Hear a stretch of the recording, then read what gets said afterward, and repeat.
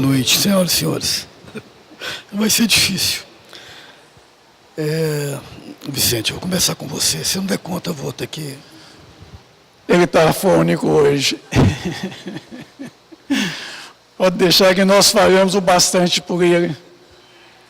Uma boa noite para todos vocês. Sejam todos muito bem-vindos. Esse momento de tanta alegria que nós, reunidos em nome de Deus, em nome do Cristo, possamos dar a todos vocês, presentes, internautas, as boas-vindas a esse estudo, esse momento de laboratório, dessa sala de aulas, onde nós aprenderemos aqui o que diz respeito a nós mesmos. Temos algumas perguntas já prontas, e se algum de vocês tiver o desejo de elaborar alguma pergunta pertinente a esse momento em que nós estamos vivenciando em nosso Brasil, essa terra prometida por Jesus, esse coração do mundo, essa pátria do Evangelho, a esse momento em que nós estamos vivenciando também essa grande convulsão social, onde os valores humanos estão numa completa convulsão, quer dizer, nesse momento em que os valores invertem em seu sentido verdadeiro. Inicialmente temos uma pergunta aqui: o destino das pessoas já está designado ou é fruto das circunstâncias? Olha, nenhum de nós aqui reencarna destinado a esta ou aquela situação. Quando nós vamos reencarnar, normalmente nós escolhemos a natureza das provações. Nós não escolhemos as provações, escolhemos a natureza das provações. Uma vez escolha a natureza das provações, a gente reencarna, estando todos nós aqui sujeitos às vicissitudes da existência corporal. O que é vicissitudes? Primeiro, vicissitudes podemos dizer que é toda alternâncias, todos os fenômenos geológicos, todos os fenômenos atmosféricos, exemplo, vai chover.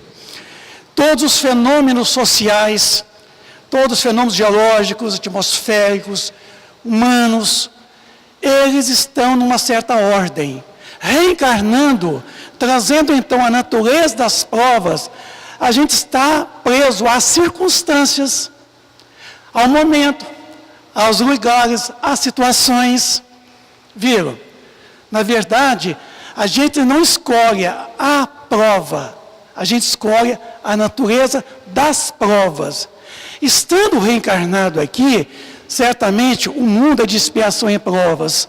Se é um mundo de expiação e provas, estamos sujeitos ainda à violência urbana, à violência doméstica, estamos sujeitos às guerras, aos terrorismos, estamos sujeitos à questão econômica, à questão familiar, à questão política, à questão social. Enfim, estamos sujeitos a tudo circunstancialmente. Estando dentro dessa natureza de nossas provas, certamente vai acontecer o desfecho dessas provas. Exemplo, se a minha natureza de prova é passar por uma situação de dor e sofrimento, da qual eu mesmo elegi para mim, então certamente estarei circunscrito a situações de falta de higiene, tá? Eu estou sujeito a situações assim de alcoolismo, drogadição, a falta realmente de higiene, a contágios microbianos. Com isso, estando eu escolhido na natureza da prova, eu passo então a vivenciar momentos que a natureza já está num processo comum, num processo natural das coisas. Então, certamente eu posso contrair um vírus, com isso desencadear uma enfermidade, levando a uma patologia, quer dizer, uma doença, porque está dentro da pauta do meu merecimento, das minhas necessidades, de que eu mesmo elegi, não assim, de pronto, porque esse negócio de eleger provas futuras é dia a dia, a todo instante. Nós estamos aqui agora elegendo as nossas futuras provas, como? No nosso dia a dia, é a cada um segundo as suas ações, é a cada um segundo as suas obras. Por isso que o tempo todo eu já estou elegendo para mim as minhas futuras provações. Então, certamente, elas estarão na pauta das minhas necessidades e na pauta do meu merecimento. Reencarnamos, trazendo então a escolha da natureza dessas provas. Eu então estou assim sujeito a qualquer momento, a qualquer circunstância, a qualquer situação, contrair algo que me leve a passar por essa prova. Isso está explicado na pergunta 258 e 259 do Livro dos Espíritos. Quando perguntou que antes da reencarnação, se o espírito escolhe as futuras provas. Ele não escolhe as futuras provas, ele escolhe a natureza das futuras provas. Então vejam vocês, estamos aqui agora, estamos sujeitos a um temporal que pode cair. E esse temporal que pode cair, pode nos levar a uma situação assim, em que muitos de nós pode passar por um acidente. Uma faísca elétrica, um desabamento do teto, enfim, um escorregão ali fora na lama, na água. Estão vendo? As vicissitudes é aquilo que a natureza nos oferece nos acontecimentos comuns do dia a dia. Por isso que a gente não escolhe as provas necessariamente. Escolhemos a natureza dessas provas. Obrigado. Passamos então ao nosso amigo Irlei. Bom, eu vou tentar responder. Vamos ver se vai aquecendo a voz. Porque vamos tentar.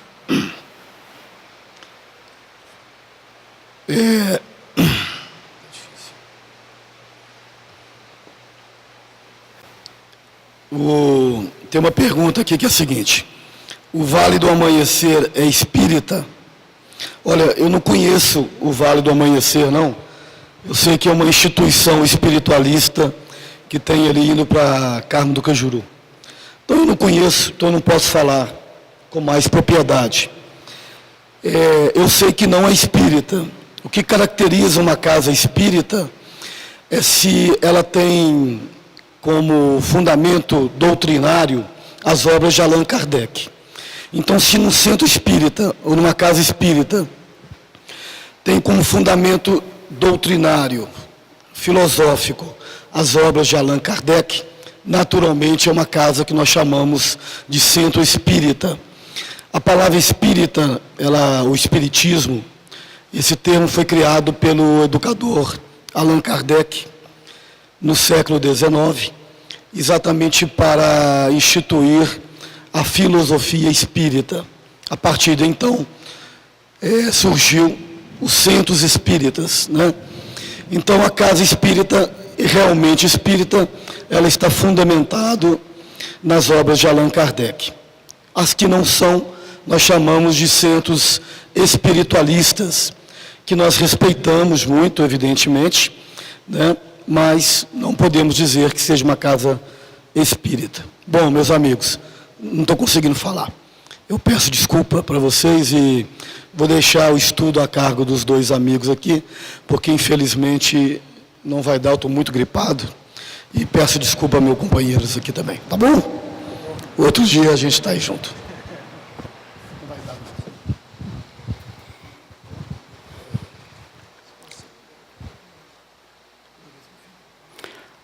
Boa noite a todos. Vamos agradecer a Jesus pela oportunidade que tem nos dado para aprender um pouquinho da sua doutrina. Só completando um pouquinho o que nosso irmão Alexandre disse sobre o Vale do Amanhecer, todos nós somos aqueles que acreditam em reencarnações, acreditam em Jesus, são espiritualistas. Mas é espírita somente a filosofia que segue a doutrina codificada por Allan Kardec. As demais, como já diz, nós temos que respeitar, mas são espiritualistas, porque não segue a codificação espírita. E o Vale do Amanhecer tem muitos trabalhos lindos, mas segue rituais, né? com aqueles irmãos que vestem as vestimentas dos nossos Exós, os pajés, são os deuses da mitologia afro-brasileira. Tem muito trabalho ainda para o bem, mas não são espíritas. Aqui não vem mais uma pergunta, mas mais um pedido. Vamos fazer simplesmente um comentário. Desde o momento em que fiquei sabendo do desastre aéreo que aconteceu nesta madrugada, passei a rezar para que as equipes de socorro espiritual tivessem sucesso na sua missão e que todos que desencarnaram aceitassem a situação sem muito sofrimento, pois sabemos que nos primeiros momentos há uma dificuldade para aceitar o acontecimento. Peço uma oração final para todos, para todas as vítimas e para seus familiares. Há muitos anos atrás, nós estávamos dirigindo reunião mediúnica e tinha uma amiga nossa, uma irmã nossa de trabalho, ela tinha o dom mediúnico de desdobramento. E no dia que nós estávamos reunindo, havia acontecido naquele momento da nossa reunião um acidente com um ônibus que estava vindo de Patinga pelo Belo Horizonte, justamente no momento que nós estávamos reunidos. E ela, em desdobramento, então, junto com os irmãos coordenador do trabalho, ela foi, em espírito, junto àquela equipe, ajudar a equipe de socorro aqueles irmãos que haviam desencarnado, que na época, se não me engano, desencarnaram mais de 40 pessoas nesse acidente de ônibus. E foi narrando para nós, meus amigos, que muitos daqueles irmãos que desencarnaram são reencarnações violentas, muitos nem sabem que estão reencarnados e demora até dias, meses, até anos, achando que estão ainda num corpo físico. E muitos aceitavam o socorro prestado, outros não. Então, nossos irmãos espirituais, a espiritualidade, respeita o livre-arbítrio daqueles irmãos. E um caso desse, como aconteceu no ônibus, nada é por acaso. Se nós observar, eu não sei, acho que parece que é 6 que não desencarnaram. Teve um, até foi o goleiro, desencarnou, logo após no hospital, foi atendido e desencarnou. Mas ainda tem 6 então. Então, tudo que acontece na vida, são os acidentes, as encarnações coletivas. Se nós fizermos uma regressão e verificar o passado de cada um desses irmãos, nós vamos ver o objetivo. Então, nós vamos ver que realmente nada é por acaso e todos, seja onde for, existem os nossos irmãos protetores, as equipes de socorro, que imediatamente esses irmãos são socorridos e são levados para os locais, para os hospitais, ou de acordo com a sua evolução moral de cada um e respeitando o livre-arbítrio desses irmãos. Então não tem muito mais que falar não, mas nada é por acaso e ninguém é abandonado. Todos nós somos protegidos, mas não esqueçamos que é respeitado a liberdade desses irmãos. Bom, tem 2 perguntas aqui bastante correlacionadas. Como se explica essas mortes coletivas? Exemplo, o avião que caiu nesta madrugada, terça-feira, matando 75 pessoas, inclusive parte do time chapecoense. Minha pergunta é sobre o fato deste ocorrido esta noite com um acidente com o avião do time chapecoense.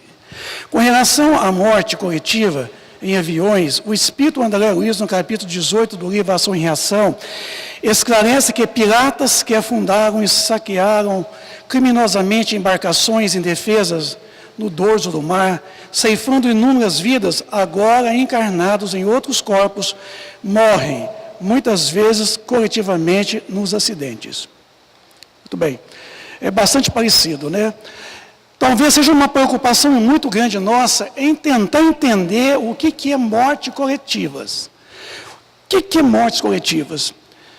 Existe um livro chamado Obras Póstumas, de Allan Kardec, na onde o mentor Clélia do Plantier, ela explica as mortes coletivas, quando ela enfatiza que muitas das vezes a gente não percebe que nós respondemos como indivíduo por si mesmo, nós respondemos como indivíduo na família, quer dizer, membro da família, e respondemos como indivíduo numa sociedade. Então, onde está o indivíduo? Está realmente a causa e o efeito.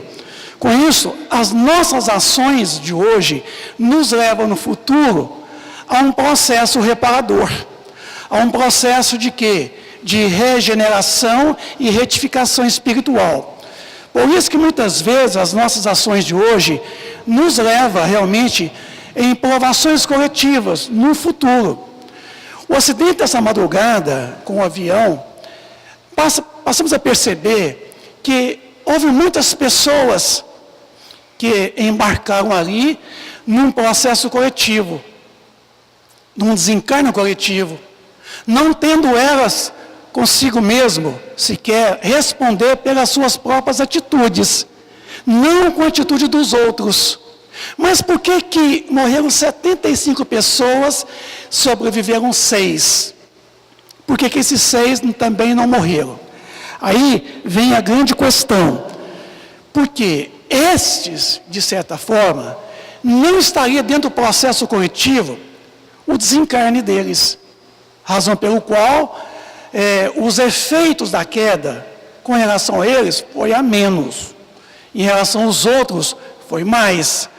Por que o filho do técnico não viajou junto? Ele não conseguiu embarcar, porque ele foi para o aeroporto e esqueceu o passaporte em casa. E não entrou no avião. Por quê? Ele não estaria comprometido num processo de desencarne por um acidente de avião. Os demais que passaram pelo fenômeno da morte estavam, de certa forma, comprometidos consigo mesmo. Na verdade, o fenômeno que levou à morte coletiva não os associam eles na mesma causa.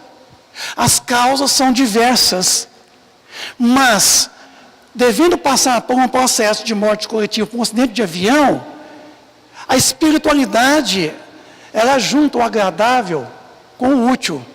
Isso quer dizer, aproveita a oportunidade de estar previsível a queda de um avião por uma série de fatores técnicos e alojam ali dentro aqueles que deveriam realmente passar por um fenômeno de morte, por um acidente de avião, enquanto outros 6 sobreviveram. Deveriam passar somente pelo acidente, pelas sequelas que o acidente o levará, talvez, muitos desses 6. Mas os outros passaram pelo fenômeno da morte. Porque Clélia do Plantier, ela coloca que nós respondemos individualmente, uma família responde coletivamente, uma cidade responde coletivamente, uma nação, quer dizer, um país responde, e um continente responde. Nesse capítulo, Clélia do Plantier, quando ela fala das provas coletivas, ela deixa muito claro esse processo de mortes coletivas.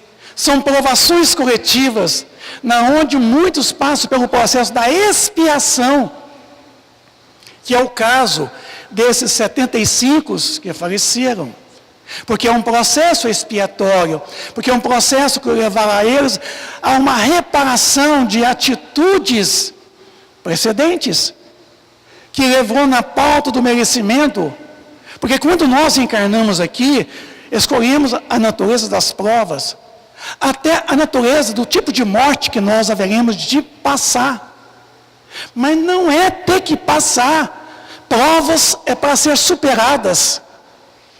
Esses 75 que morreram no acidente, certamente não deveriam ter morrido nenhum deles.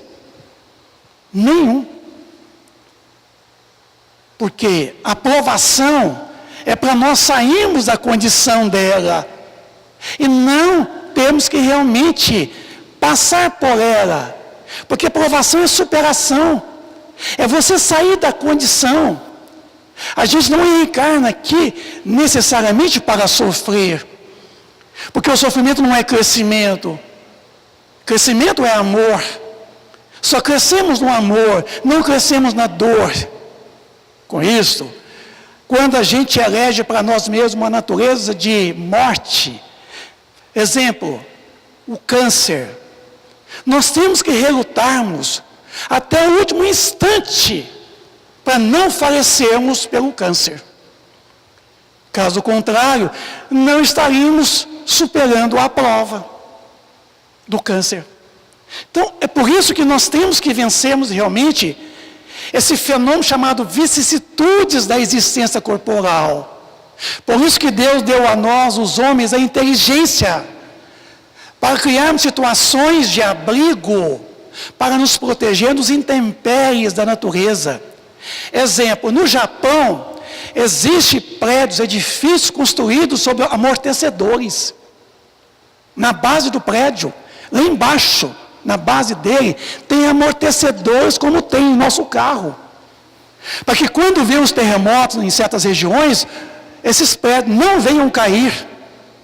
Porque os amortecedores quebram o choque do tremor. Estão vendo?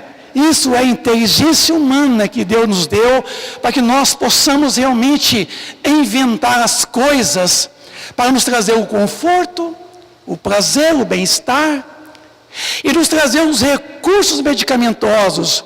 Exemplo, a medicina. A medicina faz tanta coisa bonita o tempo todo. A medicina faz milagre o tempo todo.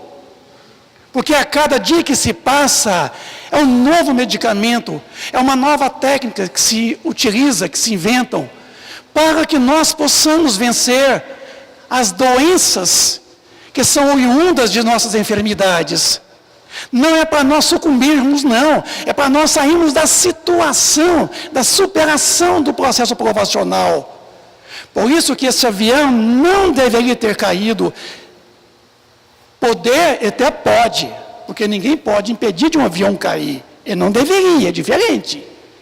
Por isso que talvez muitas falhas técnicas, muitas falhas humanas, nos levam um número grande de pessoas a um processo reparador, às vezes até precoce. Às vezes até, porque eu sempre falo o seguinte, ninguém morre se não é chegada a hora. Na conta de Deus. Na conta de Deus. Naturalmente ninguém passa pelo fenômeno da morte se não é chegada a hora. Mas por nossa conta, por nossas decisões, a gente pode ir a qualquer instante. Nem Jesus Cristo nos segura, nem Deus. Porque Deus, Ele obedece, Ele respeita, Ele segue as leis do universo.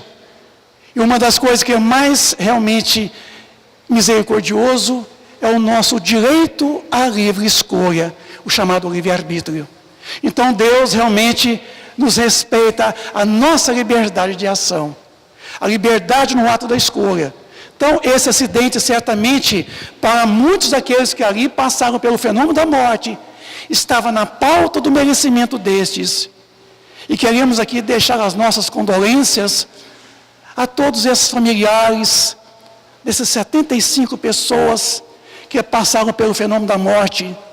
Desejar a todos eles, na sua nova existência espiritual, muita paz, que eles tenham muita luz, que eles possam encontrar o caminho da felicidade, o caminho da luz, e prosseguir a sua caminhada. Que seus entes queridos, seus familiares, sejam reconfortados diante da luz do Cristo, essa luz que tanto consola, porque Jesus mesmo disse: vinde a mim todos vós que sofreis, vinde a mim todos vós que estáis sobrecarregados, e eu vos aliviarei. Tomai sobre vós o meu jugo e aprendei de mim, que sou brando e humilde de coração. Aí encontrareis repouso para as vossas almas. Assim, desejamos a todos eles essa paz, esse momento de reencontrar consigo mesmo numa existência espiritual, que estejam plenos de uma consciência e que sejam felizes nessa nova corrigenda de vida, a existência espiritual. A todos eles, o nosso apreço, o nosso parabéns pela vitória de que eles tenham sido e tenham alcançado sempre no futebol. Porque se há uma coisa neste Brasil que de certa forma causa em nós um torpor,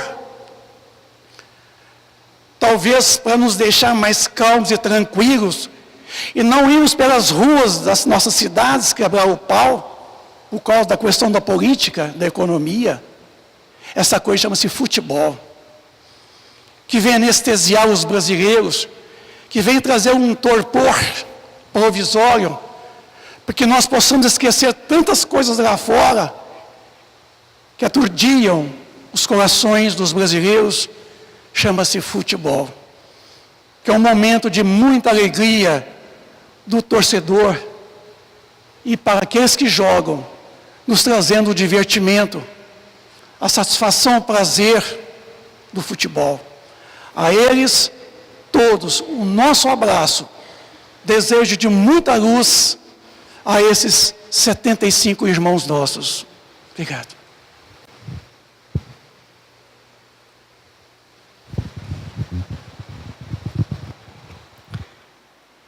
Por que da dificuldade da comunicação entre encarnados e desencarnados? O espírito não poderia se manifestar em auxílio do médium? Por que tanto mistério? Um dia esse véu cairá?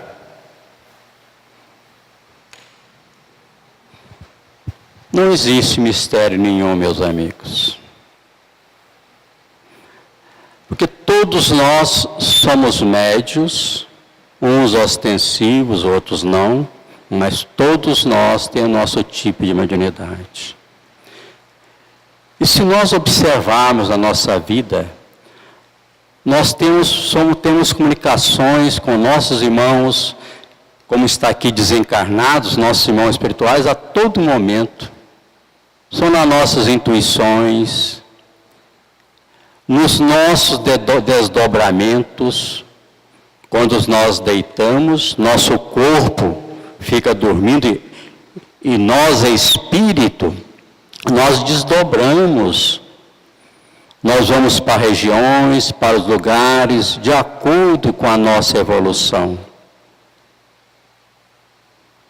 Quantos de nós acordamos, nossa, eu estive num lugar estranho, uma cidade, um lugar que eu lembro que eu estive lá, mas não conheço. Eu encontrei com pessoas que muito amiga, mas não lembro quem.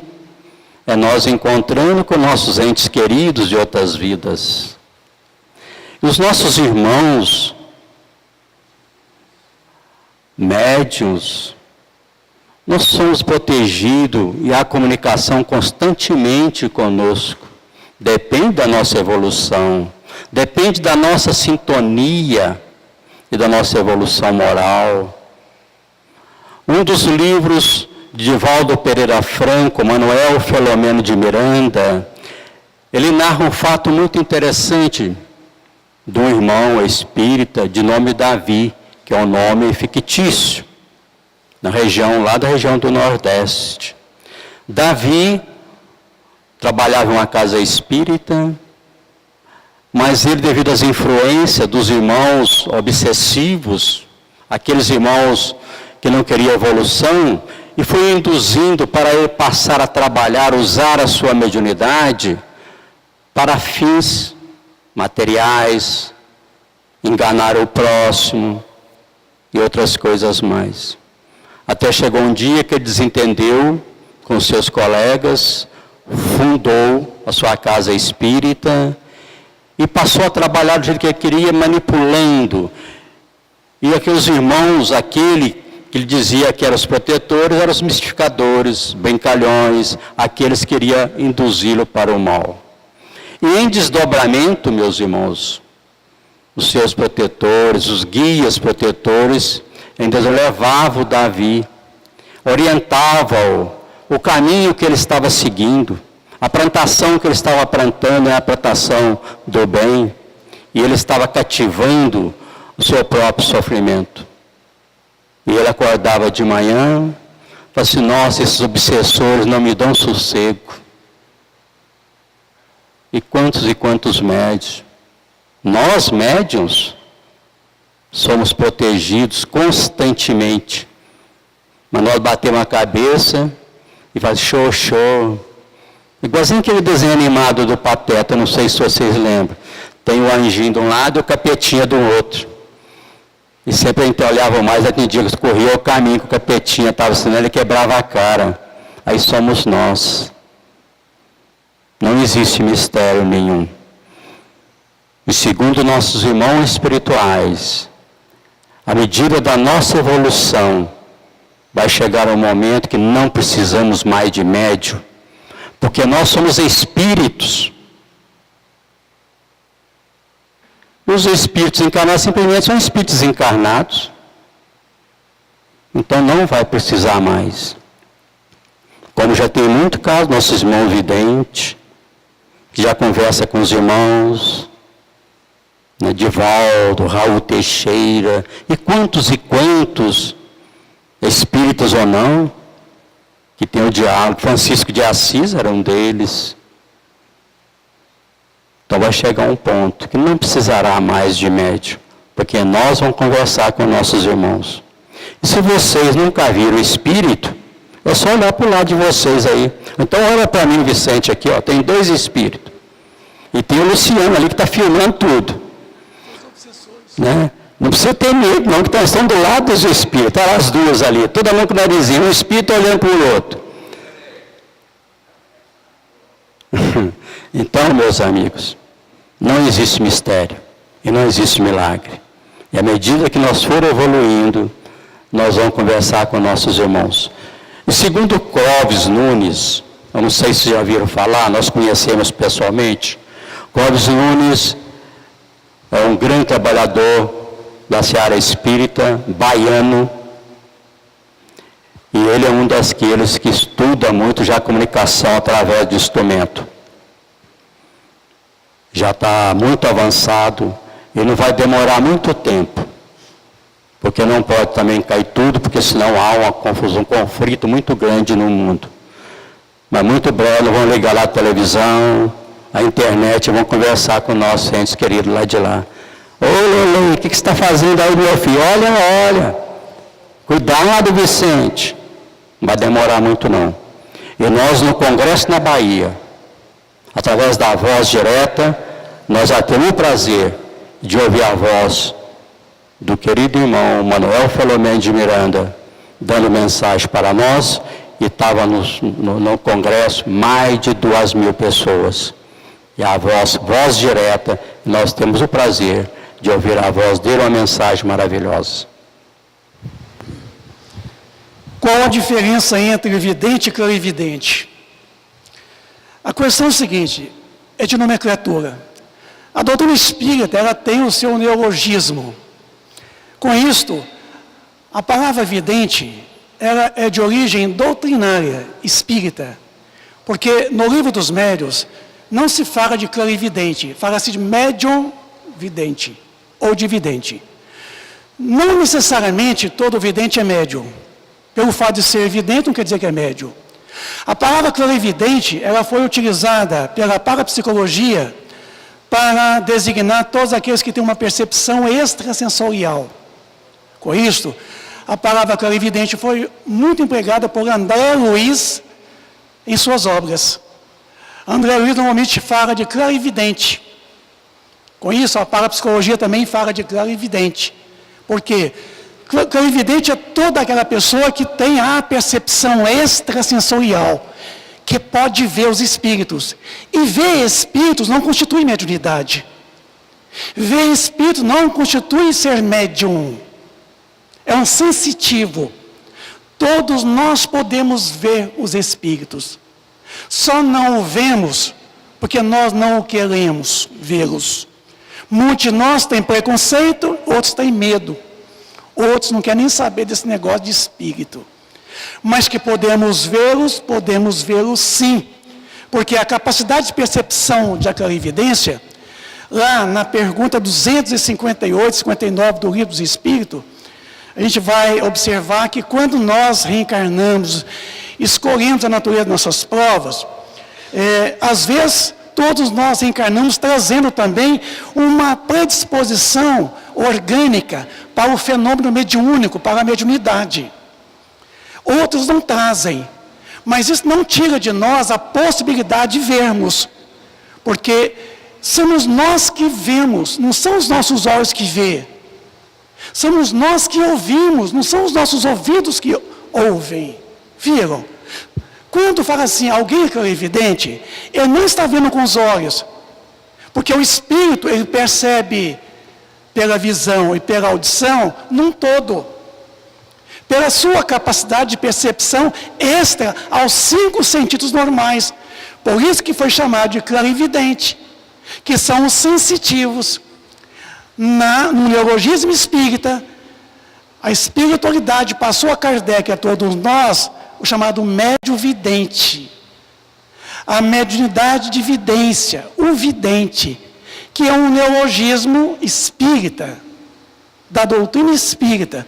Então veja, vocês que redundam na mesma questão, embora a doutrina espírita, ela tratou de médium.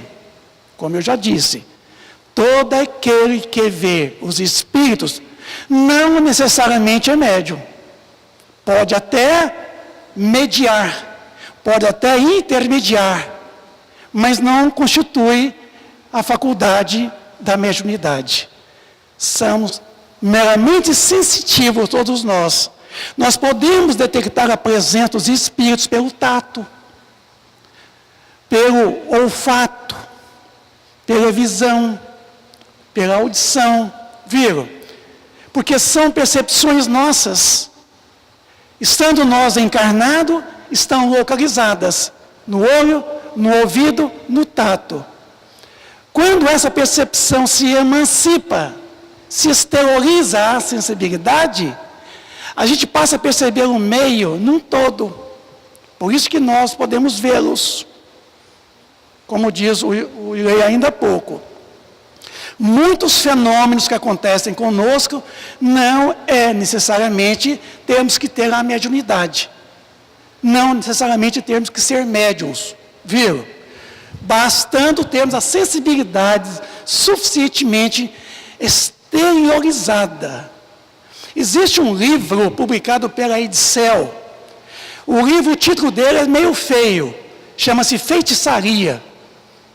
Mas não tem nada a ver com isso.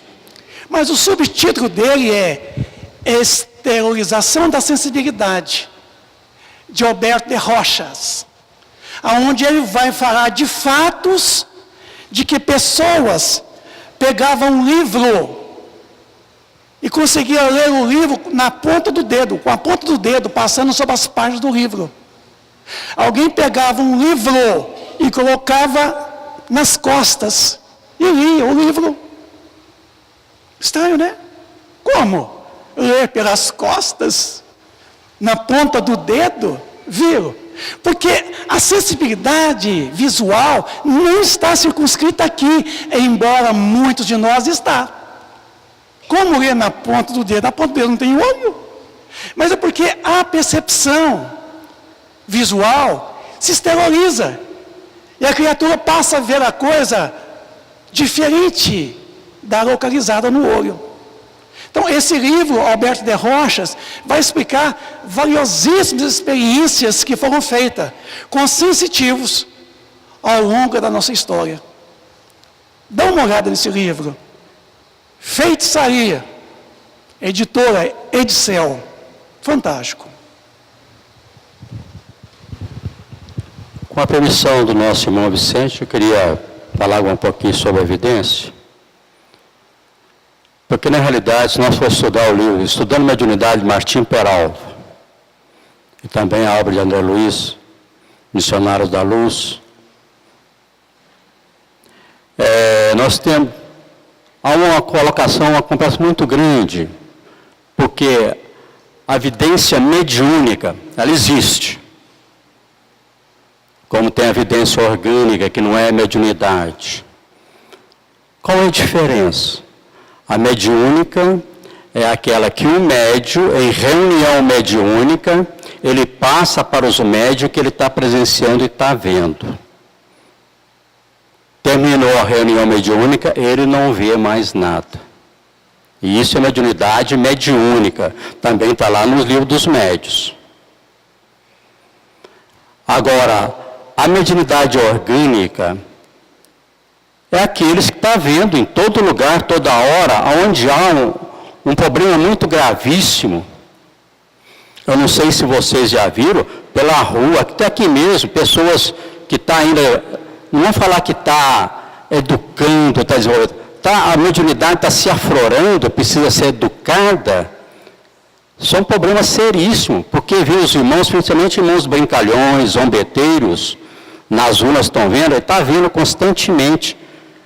Isso é mediunidade orgânica, ela é evidência orgânica, não é mediunidade. Ela parte do chakra frontal, ligando a glândula pineal, e esse chakra, essa glândula, aonde ele tem essa evidência e vem em qualquer lugar, qualquer hora, aonde transforma-se em loucuras e outras coisas mais, desequilíbrio emocional. Não é mediunidade. Só para dar ficar mais facilitada, que ele falou muito assim difícil, lá no fundo, mais cedo. E a clarividência?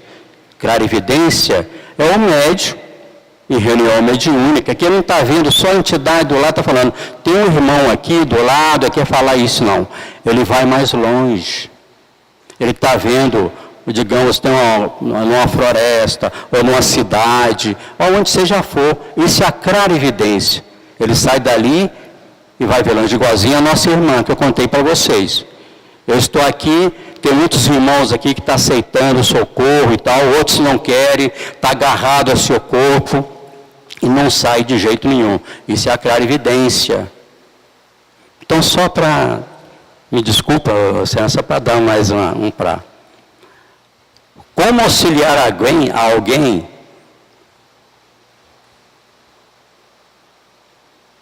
quando nós é que precisamos de ajuda? Isso é possível? O que vocês acham? Podemos ajudar alguém quando nós que está precisando? Depende da ajuda. Se for din-din, aí fica difícil, né? Porque você não tem nem para mim, como é que eu vou dar para o outro? Mas ajuda material, ajuda espiritual, ajuda moral, é uma prece. Vocês sabiam que um abraço fraterno é o verdadeiro passe? Um abraço salva muitas pessoas. Certa vez, eu não gosto de falar muitas coisas pessoais não, mas eu não aguento, eu tenho que falar. Nesses 50 e tantos anos da doutrina espírita, aconteceram tanta coisa que, enquanto eu tenho que falar. Uma senhora, não sei o nome, não lembro mais, chegou chorando na casa espírita lá que nós trabalhando. E eu olhei para ela assim, me deu uma vontade e a abracei. É lógico que aquilo foi intuído por nosso irmão. Aí dei aquele abraço nela, conversando, nada é por acaso. Você foi criada para ser vitoriosa e não derrotada. E parece que passei a doar energia para aquela irmã. Ela foi embora, agradeceu muito. Passou alguns meses, não recebeu uma carta para a casa espírita. A pessoa me entregou. Agradeço aquele senhor de cabeça branca e tal, porque eu ia suicidar e ele me salvou, tirou do suicídio. Gente, eu não aguentei. Minhas lágrimas correram, eu chorei muito. Então, não importa se nós estamos precisando, porque à medida que nós doamos para alguém, nós somos o primeiro a receber. Então não tem muito mais que falar não. Está quase que tem 3 minutos, eu vou deixar para o nosso amigo Vicente. Muito obrigado a todos e até a próxima. O Espírito pode mover coisas físicas. Exemplo, objetos, abrir portas, derrubar coisas. E como pode? Eles estão entre nós. Quantos espíritos estão entre nós? Pelas vias públicas, em nossas casas, aqui na casa espírita, em nosso trabalho. Esses que ainda demoram na crosta terrena, são espíritos atrasados, com muitas dificuldades ainda, em ter que elaborar consigo mesmo a sua libertação espiritual. Ele se mantém preso às coisas terrenas. No livro Missionários da Luz, André Luiz narra fatos comuns. Quantos espíritos familiares que após a morte do corpo físico, eles permanecem no reduto doméstico, sentado em volta à mesa conosco, na hora do almoço ou da janta, aproveitando ali a comida, fumegando na panela, no prato, aspira os vapores da comida, na tentativa de se alimentarem fisicamente. Eles esbarram em nós pelas vias públicas, os chamados agêneres. O agênere é um espírito já desencarnado, não, falecido. Ele não desencarnou, embora o corpo morreu. Ele continua preso à crosta terrena. O seu perispírito é tão denso, que tem momentos que a densidade de tamanho é que ele é visível e tangível. Ele passa por nós nas vias públicas e esbarra na gente. Ou sem educação. Às vezes é uma entidade. Não é? Vocês vão encontrar isso no livro dos Médiuns, no livro A Gênese, quando fala dos agêneres. Então eles podem sim. Existe um livro chamado Poltergeist, de Hernando Guimarães, onde ele trata do assunto, dos fenômenos de poltergeist, que são fenômenos de ordem física. Dê uma olhada. Lá no livro dos Médiuns também, quando fala realmente do laboratório do mundo invisível, vocês vão encontrar realmente essa grande possibilidade de poder entender que tem espíritos que têm um perispírito tão denso que eles podem mover objetos, chamado telecinesia ou psicocinesia, que são termos da parapsicologia. São chamados fenômenos psicapa, ou fenômenos de ordem física. Podem, e o fazem muito, muito comum em nosso meio. Não somente isso, mas como também pegar objetos e transportar objetos. Quantos objetos somem à nossa frente dentro de casa? Que eles tomam e transportam para outros lugares. Nosso tempo já esgotou. Agradecemos carinhosamente a presença de todos vocês, nossos amigos e irmãos internautas do Ideal Espírita, por mais essa noite de perguntas e respostas. Doutrina espírita é inesgotável. Por mais que nós falemos aqui, haverá sempre dúvidas, haverá sempre um questionamento a ser feito. Desde já eu agradeço pela presença e o carinho de todos vocês. E tenham todos vocês uma boa noite. Obrigado.